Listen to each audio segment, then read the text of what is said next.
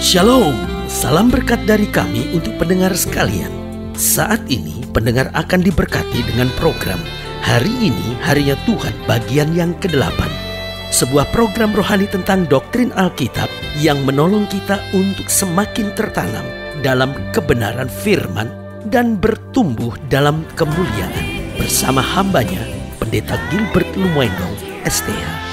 Banyak orang merasa doktrin Alkitab sebagai sesuatu yang membingungkan. Tetapi tahukah saudara bahwa doktrin Alkitab intinya adalah memahami Alkitab dengan benar, dengan pemahaman yang sistematis, sehingga kita terus dapat tertanam di dalam kebenaran firman, sehingga kita terus bertumbuh di dalam kemuliaan Allah. Buka hati saudara sekalian untuk menerima berkat-berkat firman-Nya hari ini.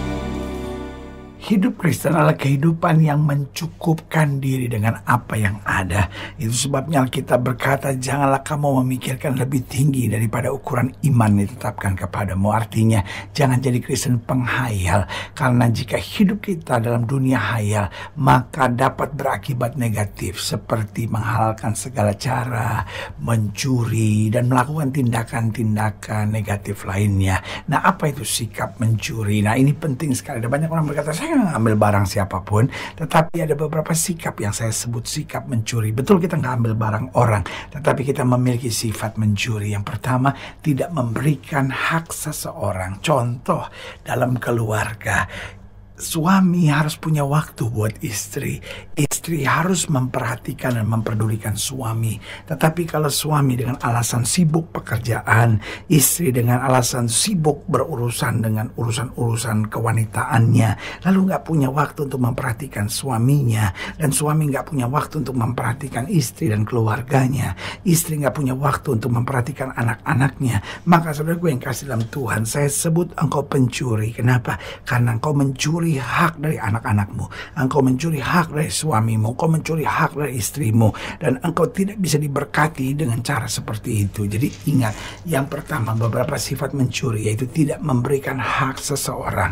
Lalu yang kedua, tidak mengerjakan tanggung jawab kita kepada Tuhan. Contohnya dalam perpuluhan, Alkitab berkata berikan hak 1/10 itu kepada rumah Tuhan. Lalu apa yang terjadi? Kita ambil hak itu, lalu kita merasa, itu kan perjanjian lama. Saudaraku yang kasih dalam Tuhan, kapan dibatalkan di perjanjian baru, ya kan? Jadi dari sini Alkitab sedang mau mengajarkan kepada kita, jangan menjadi pencuri milik Tuhan. Kembalikan haknya Tuhan. Bukankah kita anak Tuhan? Kita harus hidup berkenan kepada Tuhan. Harus ada waktu untuk kita berdoa, ya kan? Itu bagian tanggung jawab kita kepada Tuhan. Lalu kita berkata, wah saya nggak ada waktu. Kita pencuri. Kenapa? Kita mencuri waktu yang harusnya kita kembalikan kepada Tuhan. Makanya Yesus ingatkan murid-muridnya, tidak sanggupkah engkau berjaga-jaga 1 jam dengan aku? Roh memang penurut, tetapi daging lemah. Jadi beberapa sifat yang saya sebut sifat mencuri, tidak memberikan hak seseorang, tidak mengerjakan tanggung jawab kita kepada Tuhan. Lalu yang ketiga, tidak melaksanakan tugas keseharian kita. Contohnya dalam pekerjaan kita, ya kan? Harusnya kita bekerja dengan betul, tetapi hari-hari kita cuma buka komputer, hari-hari kita cuma main game, hari-hari kita sibuk SMS-an, ya kan? Kita cuma sibuk urusan-urusan kita dan tidak mengerjakan tanggung jawab keseharian kita dalam pekerjaan. Kita juga saya sebut mencuri, saudara-saudara, ya kan? Kita nggak salah, kita bilang saya berdoa tiap hari kok, saya pelayanan kok, tetapi ingat, di dalam pekerjaan keseharian kita menjadi pencuri. Bagaimana kita bisa diberkati, ya kan? Lalu yang keempat, apa sikap mencuri? Tidak menyatakan kejujuran sehingga akhirnya kita mengelabui. Itu juga sifat mencuri. Betul, kita nggak ngambil handphone siapapun, kita nggak ngambil barang siapapun, kita nggak ngambil laptop siapapun, tetapi dengan tidak menyatakan kejujuran sehingga kita mengelabui, kita memutarbalikan kebenaran, maka sebenarnya kita adalah pencuri.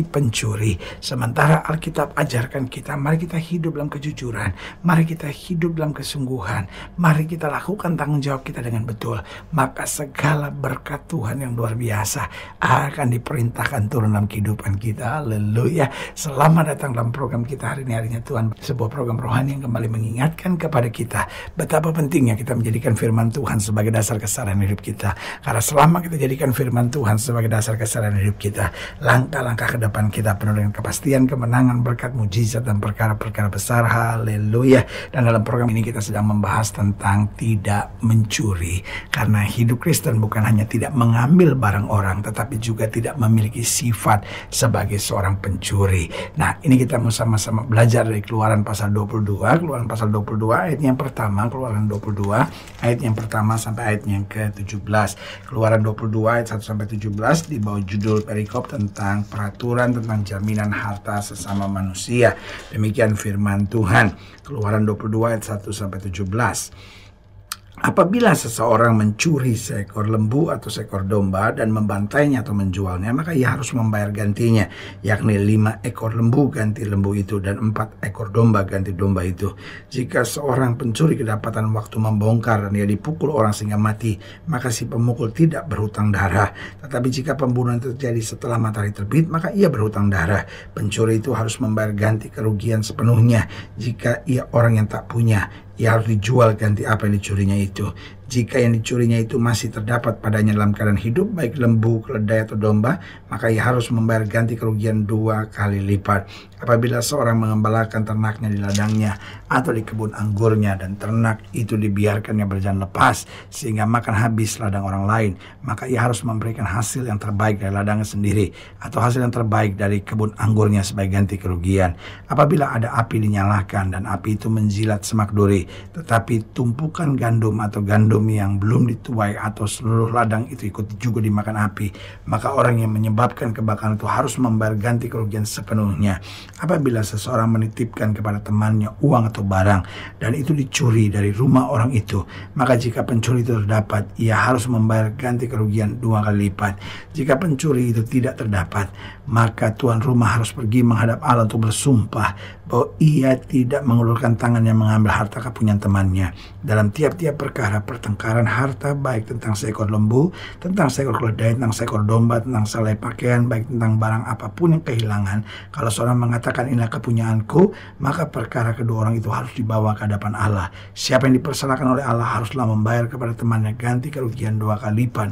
Apabila seseorang menitipkan kepada temannya seekor keledai atau lembu atau seekor domba atau binatang apapun dan binatang itu mati atau patah kakinya atau dihalau orang dengan kekerasan dengan tidak ada orang yang melihatnya, maka sumpah di hadapan Tuhan harus menentukan di antara kedua orang itu apakah ia tidak mengulurkan tangannya mengambil harta kepunyaan temannya, dan pemilik harus menerima sumpah itu dan yang lain itu tidak usah membayar ganti kerugian.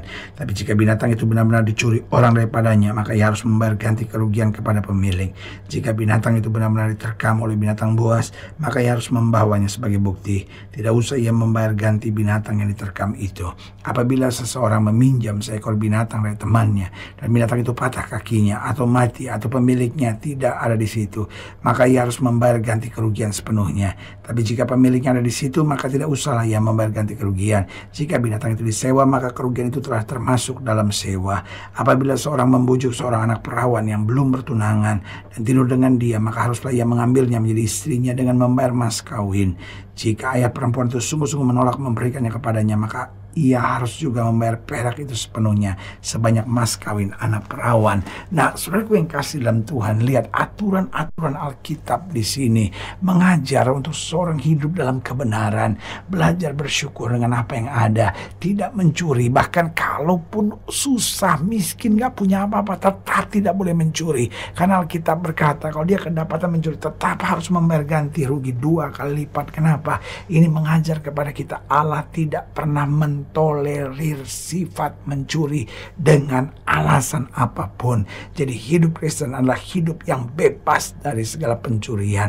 Kenapa? Karena hidup Kristen yang sebenarnya harus menjadi orang yang bisa dipercaya. Karena kalau dasarnya kita punya jiwa pencuri, bahkan orang dunia yang dapat berkata, sekali lancung ke ujian seumur hidup orang gak percaya. Sementara modal kehidupan, modal bisnis, modal untuk membangun masa depan menjadi orang yang bisa dipercaya.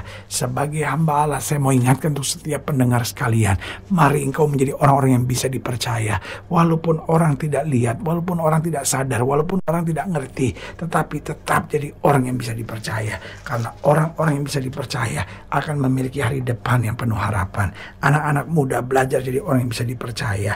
Orang-orang tua, para pedagang, para bisnismen, apalagi hamba-hamba Tuhan, mari jadi orang yang bisa dipercaya. Maka kualitas hidupmu akan membanggakan dimanapun kau ditempatkan Tuhan. Yang kedua, kalau kita bebas dari pencurian, maka kita akan jadi orang yang bisa jujur dan bisa setia. Karena selalu saya bilang, kalau hidup Kristen saya sudah nggak bisa jujur dan nggak bisa setia, bagaimana kita dapat menjadi saksi Tuhan?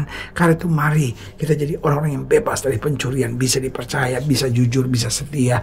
Lalu yang ketiga, bisa bersyukur di segala perkara. Orang yang kalau hidup dalam pencurian gak bisa bersyukur dalam segala perkara.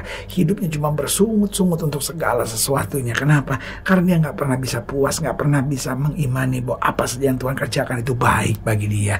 Karena itu mari ketika kita bebas dari pencurian, otomatis kita bisa bersyukur di segala perkara. Karena kita tahu apa saja yang Tuhan kerjakan itu yang terbaik yang kita sudah alami. Haleluya. Dan yang keempat, bagaimana kita bisa juga bebas dari segala pencurian sehingga kita bisa menolak bujukan untuk segala bentuk pencurian. Oh saudaraku yang kasih dalam Tuhan, iblis itu mau membujuk dengan berbagai cara untuk kita hidup dalam ketidakjujuran dan dalam ketidakbenaran. Tetapi mari iman Kristen kita memampukan kita untuk menolak segala bujukan, karena kitalah anak-anak raja, hidup dalam kehendak Allah, menjadi warga kerajaan sorga yang harus menjadi saksi di muka bumi, karena kita duta-duta Kristus di tengah dunia ini untuk membawa terang yang sejati sehingga orang dapat melihat kemuliaan Tuhan di dalam keseharian kita. Haleluya. Saudaraku yang kasih dalam Tuhan, jika sering dilayani lebih jauh, hubungi kami melalui telepon, hubungi kami melalui surat, kunjungi website kami, karena kami ada untuk membawa Bapak Ibu Saudara senantiasa lebih dekat pada Tuhan dan mengalami kasih kuasa mujizat yang luar biasa. Haleluya. Secara khusus melalui program ini juga saya mau berdoa buat siap yang sakit, siap yang berbeban berat, karena saya percaya bahwa bagi Allah tidak ada perkara yang mustahil. Nah, saudara yang didoakan secara khusus boleh taruh tangan kanan saudara di dada dan kita akan berdoa. Mari kita berdoa. Bapa, dalam nama Yesus, hamba doa buat yang sakit, hamba doa buat yang berbeban berat, hamba doa untuk setiap mereka sedang menghadapi masa-masa yang sukar. Karena hamba percaya bahwa bagi Allah tidak ada perkara yang mustahil. Bapa, hamba berdoa di dalam nama Yesus, Tuhan jamah yang sakit, Tuhan sembuhkan, yang lemah Tuhan kuatkan, yang susah Tuhan hiburkan, yang sedang butuhkan mujizat boleh mengalaminya saat ini. Bahkan mereka yang taruh tangan kanan ini di dada, karena mungkin hari ini punya jiwa dan sifat pencuri, hamba berdoa dalam nama Yesus, lepaskan sehingga kami hidup dalam kesetiaan, kebenaran, kejujuran dan berkenan kepada Tuhan senantiasa. Di dalam nama Yesus kami berdoa. Haleluya. Amin. Saudaraku yang kasih dalam Tuhan, kita sudah berdoa. Ingat, Allah tidak pernah lalai menepati janjinya. Inilah saatnya buat kita untuk bangkit bersemangat, bersuka cita dalam menghadapi segala perkara. Karena kita tahu Yesus hidup, Yesus berkuasa, dan selalu menyediakan yang terbaik buat anak-anaknya. Doa saya menyertai saudara. Sampai berjumpa pada program berikut, dan jangan lupa jadikan hari ini harinya Tuhan. Haleluya.